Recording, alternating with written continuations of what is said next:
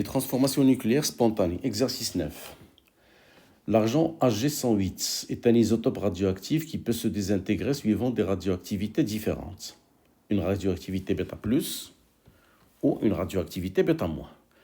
La désintégration β+ donne un noyau du palladium, alors que la désintégration β- donne un noyau de cadmium. Première question, écrire les équations des deux désintégrations. Alors, premièrement,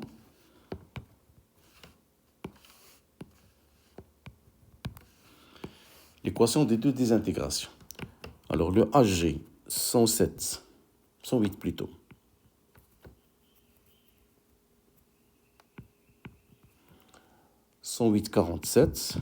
va se désintégrer suivant une radioactivité β+,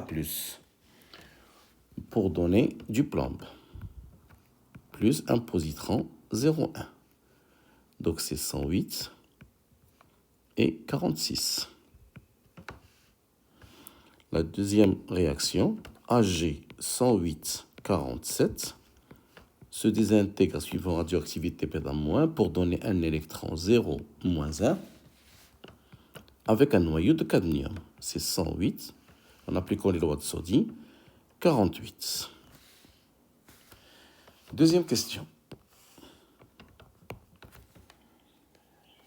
Définir l'activité radioactive et déterminer son expression en fonction du temps. Alors l'activité radioactive A est le nombre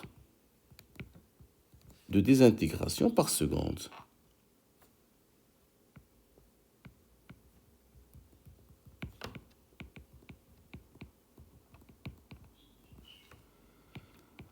Par seconde. Alors l'expression de A, c'est moins la dérivée de n sur dt. Et n égale à n0 exponentielle moins lambda t. Donc A égale à lambda n0 exponentielle moins lambda t. Qu'on va noter A égale à A0 exponentielle moins lambda fois t. C'est l'expression de l'activité en fonction du temps. Ça, c'était petit a. Maintenant, petit p. L'activité de cet échantillon à un instant t égale à 100 est A1. À l'instant t2 égale à 200 et A2. Déterminer la constante radioactive. Déterminer la constante radioactive. Première question. Alors, on a A1 égale à A0 exponentielle moins lambda fois T1. Et A2 égale à exponentielle moins lambda fois T2. Donc, si je divise A1 sur A2, on aura exponentielle moins lambda T1 sur exponentielle moins lambda T2. Ce qui va donner que A1 sur A2 est égal à exponentielle lambda delta T. T2 moins T1. Donc, ln de A1 sur A2 égale à lambda fois delta T. Alors, lambda égale à 1 sur delta T fois ln de A1 sur A2. Application numérique.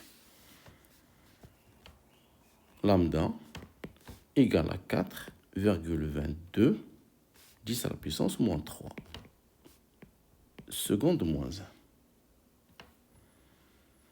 Et Tn demi est égal à ln de 2 sur lambda égale à 164,3 secondes.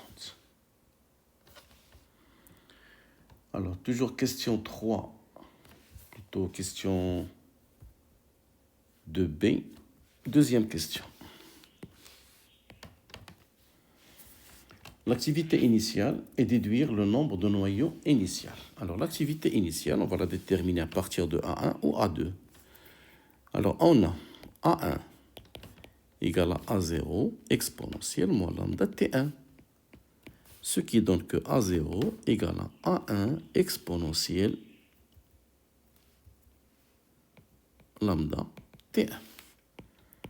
Application numérique, A0 égale à A1 2,76 10 à la puissance 20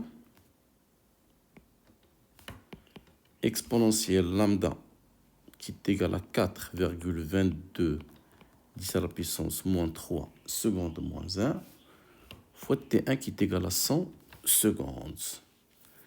Donc A0 égale à 1,81 10 à la puissance 20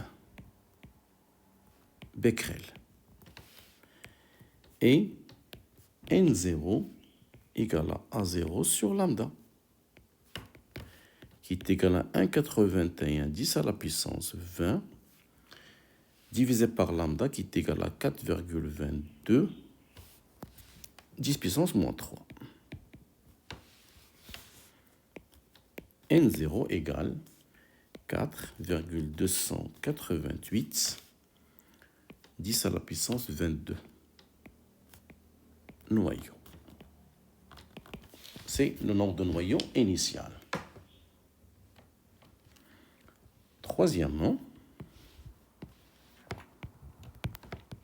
petit a, on mesure le nombre NE d'électrons émis et le nombre NP de positrons émis à un instant T. Le rapport est égal à 0,62. Alors, premièrement, montrer qu'à l'instant T égale à 24, l'échantillon AG s'est désintégré totalement. Alors, on va calculer le nombre de noyaux restants de AG. C'est N0 exponentielle moins lambda qu'on va remplacer par 4,22 10 à la puissance moins 3 secondes fois 24 fois 3600. Et on va trouver 0. Donc, toute la quantité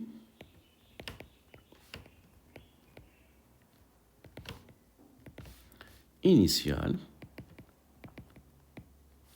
de AG s'est désintégrée.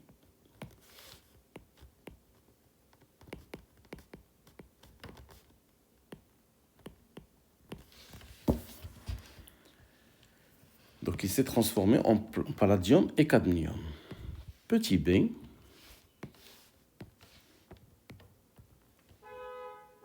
déterminer la masse totale en kilogrammes de l'échantillon. Alors, puisque toute la quantité s'est désintégrée, c'est-à-dire toute la quantité initiale s'est transformée en palladium et du cadmium. Donc, N0 égale à N palladium plus N cadmium. Et on a N électrons sur N positrons est égal. Le nombre d'électrons émis, c'est le même nombre du cadmium formé. Et le nombre de positrons formés, ou bien émis, c'est le même nombre de palladium formés. N palladium égale à 0,62. Donc, on aura un système N palladium plus N cadmium égale à N0 et N cadmium égale à 0,62 N palladium. Alors, si je remplace la deuxième équation dans la première, on aura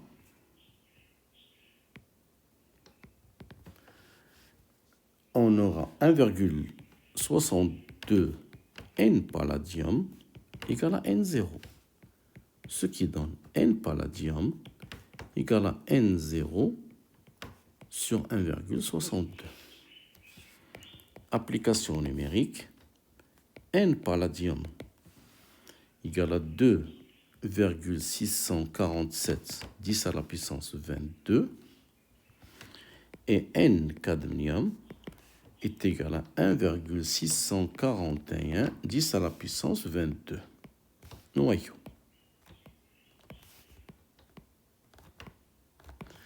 Et à partir de ces deux nombres de noyaux, on peut calculer la masse de l'échantillon. C'est le nombre de noyaux de palladium